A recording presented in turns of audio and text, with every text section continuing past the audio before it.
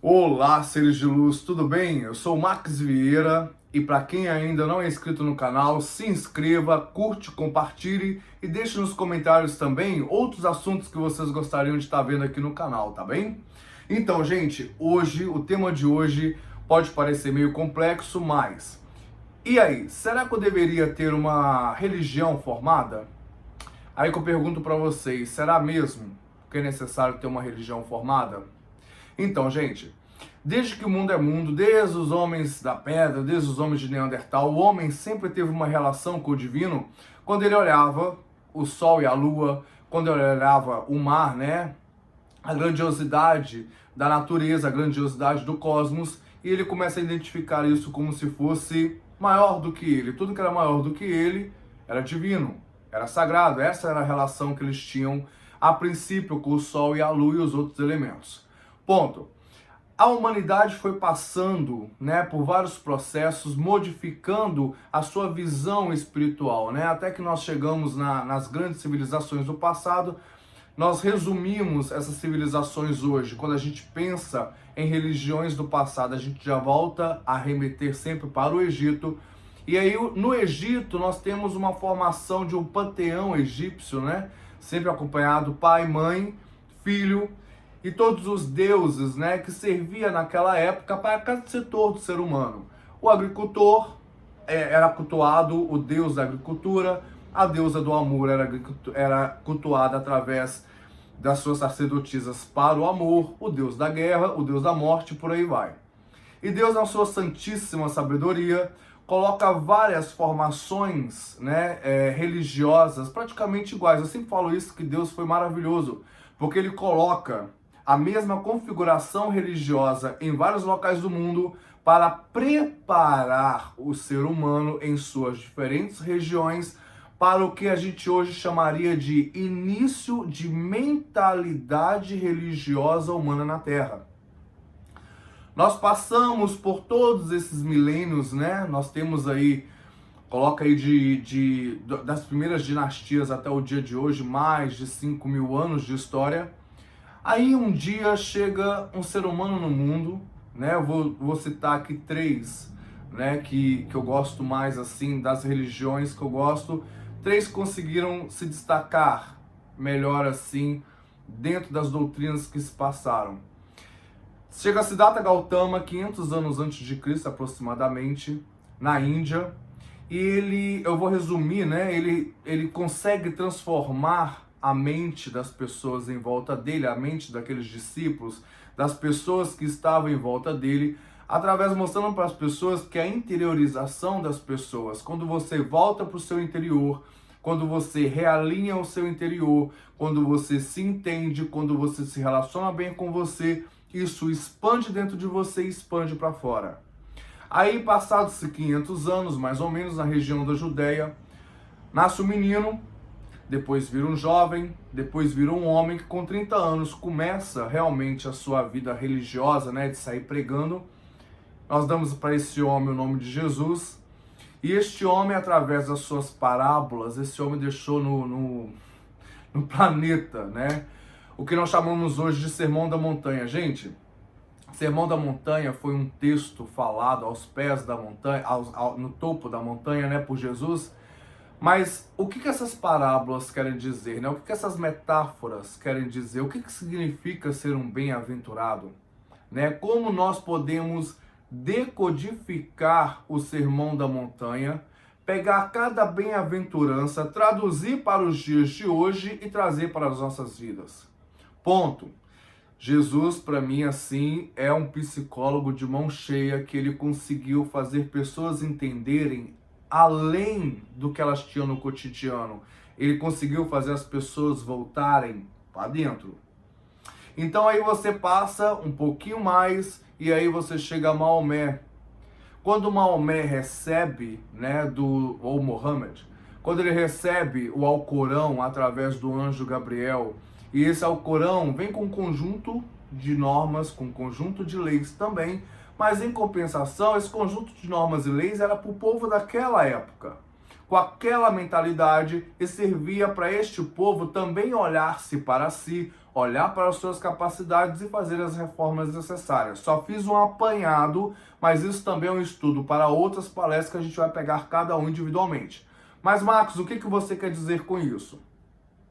Todas as religiões, na verdade, elas estão no mundo para fazer você olhar para dentro de si e se conectar com o divino. Nossa, Max, mas isso é muito fácil de entender. Não. Porque toda religião, todo texto sagrado, todo texto doutrinário, entendeu? Eu até não gosto muito do tema religião. Eu prefiro falar que as pessoas têm várias doutrinas universais espalhadas, né? Buda é uma doutrina. Cristianismo é uma doutrina de vida. O homem transformou em religião. Buda não fundou o budismo, o homem formou o budismo, né? O Islã, a religião islâmica, é uma religião feita pelos homens. Maomé não chegou lá e falou, olha, a partir de hoje tem que ter o Islã. Aí você chega no Templo de Delfos, na Grécia. No Templo de Delfos tem uma sequência de frases, e dessas frases tem duas que chamam muita atenção. Conheça-se a ti mesmo e nada em excesso. Nossa, isso foi escrito milhares de anos atrás. E aí quando você chega no Templo de Delfos e vê essas duas frases, dentre outras que tem ali, você se pergunta o seguinte: conhecendo a mim mesmo, o que eu ganho com isso? Olhando para dentro de mim, o que eu ganho com isso? Nossa, isso é muito fácil de entender. Agora, a segunda frase é a pior. Conheça-se a ti mesmo, nada em excesso. O ser humano ainda não conseguiu adaptar-se aos limites. Quando Jesus, nas suas várias frases que ele fala, olha, cuidado, não faça isso. As pessoas daquela época falavam assim, não, que eu posso fazer sim. Eu posso fazer de qualquer coisa porque eu sou livre, né? Eu vou fazer da minha forma. Muitos, quando Siddhartha Gautama, o Buda, muitos, quando o Buda começou também a dar a ministração dele, muitos se revoltaram, né? Porque quando a gente coloca o limite ao ser humano, geralmente ele não se relaciona bem com isso, porque o ser humano ainda vive no passado, na era medieval, na era egípcia, na era de guerra, onde que eu posso, onde que eu vou. Se for para defender o meu, eu vou além. Quando nós passamos para religiões de matriz africana, da qual também é uma vertente que eu gosto muito, aí que eu pergunto para vocês. Eu tenho 16 orixás, vamos supor. Cada orixá, ele vai se correlacionar com uma área da minha vida, né? Então, por exemplo, se eu quero emprego, eu vou correr atrás de Ogum. Se eu quero o amor da minha vida, eu vou correr atrás de um Oxum. Se eu quero paz, eu vou correr atrás de Oxalá. E aí eu tenho vários mecanismos, uma reza, eu tenho um ebó, eu tenho uma comida que eu posso arriar. Agora, uma coisa que eu fico sempre pensando, quando as pessoas vão recorrer a um orixá, será que elas se perguntaram o que a entidade Iemanjá pode se corresponder à minha vida para me tornar uma pessoa melhor?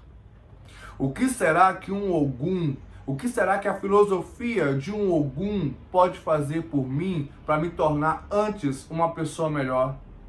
Porque na roda das religiões, o ser humano sempre teve o prazer de pedir. O ser humano sempre acha que Deus é um trabalhador, um funcionário. As pessoas muitas das vezes acham que Jesus é um funcionário, que Deus é um funcionário, que as entidades dos orixás são funcionário. Eu vou pedir, ele tem que ir lá, ele tem que me dar. Por que tem que dar? Porque outra coisa que eu falo sempre com as pessoas, você sabe o que é mérito? Você está fazendo por onde ter mérito? Nossa, Max, mas como é que eu faço para ter mérito com o orixá? Seja uma pessoa melhor. No dia que vocês entenderem o que é ser uma pessoa melhor, entender a si, equilibrar-se na sua energia, equilibrar-se nas suas tendências. Uma vez alguém me falou assim, Max, você faria terapia de regressão? Hoje não. Hoje eu não faria. Sabe por quê, gente? Se eu for voltar atrás para saber as atrocidades que eu cometi, porque se eu estou aqui hoje, é porque ainda estou pagando coisas de lá. Porque no dia que nessa vida, no dia que eu tiver uma vida, que nessa vida eu for alguém melhor, eu não volto aqui mais.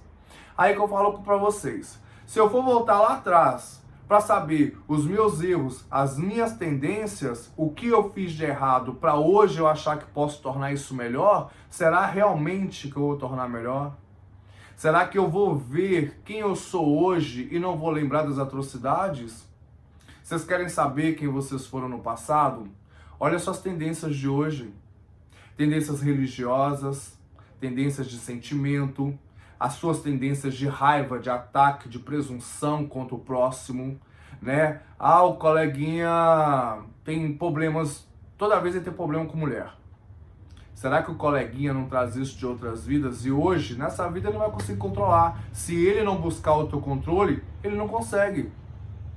Aí que eu falo para vocês o seguinte, muitas das vezes é muito fácil nós querermos algo, né, de Deus e achar que Deus tem que nos dar. E aí, será que você está disposto hoje a fazer alguma coisa para mudar a sua vida para melhor? Será que você realmente tem que buscar isso em uma igreja? Em um templo? Será que você tem que buscar isso em uma religião? Gente, a única coisa que eu falo para vocês é o que eu tenho para minha vida. Busquem uma doutrina de vida. O que é doutrina de vida, Max? Algo que tenha moral e ética suficiente para fazer eu me relacionar comigo e o próximo. Nossa, Max, qual religião é a melhor? Todas. Se você souber entender a doutrina. Né? Se vocês forem na tendência de, ai, nossa, o pastor é maravilhoso, o padre, uma bênção, o pai de santo, maravilhoso, faz todos os trabalhos, dá conta da vida de todo mundo tá certinho. Aquele centro espírita ali canaliza cada coisa boa. Mas será que hoje você está preparado para entender a doutrina? E será que você realmente está numa casa que está passando a doutrina como deve ser? Porque nós temos muita da política assim, o lugar é bom quando está falando do amor na linguagem que eu quero. Nossa, você vai ter o homem da sua vida. Ó, faça isso daqui que você vai ter o homem da sua vida. Olha, você vai ser próspero. Se você fizer isso, em 3 dias você é próspero. Nossa, você vai vencer todos os seus inimigos. Vem aqui que eu vou fazer você vencer seus inimigos. O ser humano, às vezes, está fazendo muita barganha com o divino. Muitas das vezes, nós não sabemos primeiro voltar para dentro de nós. Então, aí que eu falo para vocês. Quantas vezes vocês pararam na casa de vocês, esfriaram a cabeça, tomaram um banho, fizeram uma oração, mas não uma oração decorada, não uma oração pretensiosa. O que é uma oração pretensiosa? Fui lá na internet, peguei uma oração, essa oração está decorada aqui. Mas quantas vezes que vocês abriram o seu coração para Deus intimamente? Quantas vezes vocês já ajoelharam e deixaram somente o coração falar?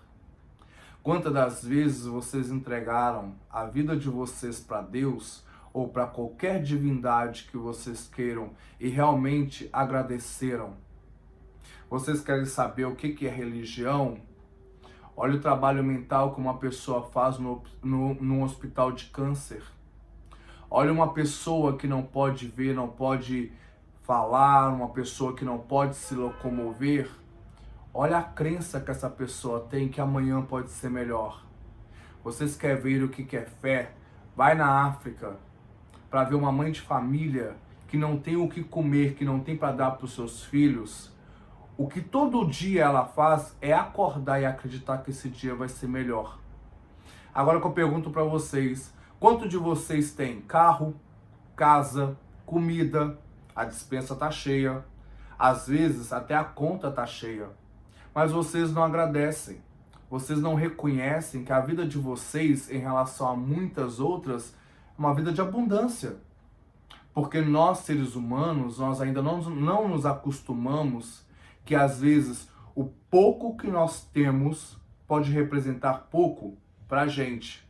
Mas para quem não tem nada, é muita coisa.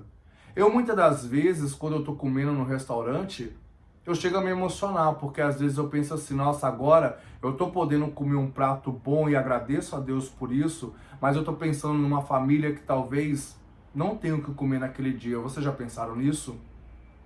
Vocês já pensaram muitas das vezes também que tem muita gente dentro de uma igreja, tem muita gente dentro de um templo? Você vai todos os dias no templo, você vai todos os dias na igreja, você está recebendo o seu benefício, o seu mérito. Às vezes você está olhando uma irmãzinha, uma pessoa que está do seu lado. Às vezes você sabe que aquela pessoa não tem o dinheiro da passagem, não tem o dinheiro da comida do próximo dia. Você já pensou em oferecer o melhor de si para ela? Já pensou em fazer caridade para ela? Aí que nós vamos falar de um outro tema.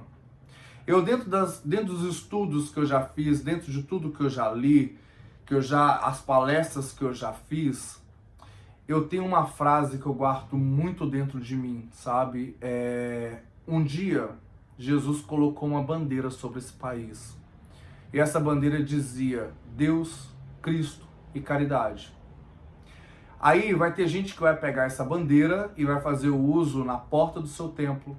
Tem gente que vai fazer uso dessa bandeira dentro da sua casa, marchando nos seus preconceitos, no seu separatismo, nas suas limitações.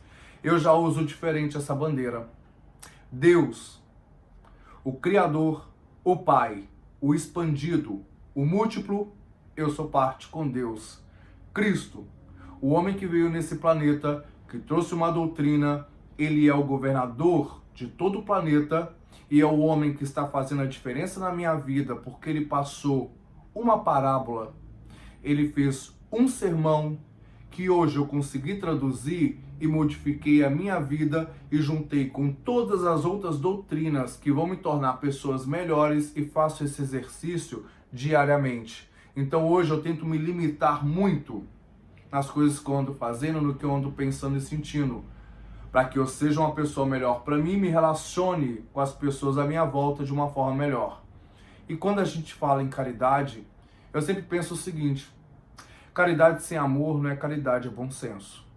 Se você acha que você dá, às vezes, uma coisa para uma pessoa sem sentir no seu coração e sem reconhecer na outra que a pessoa realmente merece, isso é bom senso. Quando você sentir no seu coração amor, realmente, e fazer pelo outro, isso é caridade. Se vocês tiverem Deus, Cristo e caridade na vida de vocês, eu tenho certeza, nenhuma religião vai ser melhor do que essa bandeira na sua alma, entendeu? Então a pergunta é, devo ter uma religião concreta? Não. Tenha uma doutrina de vida.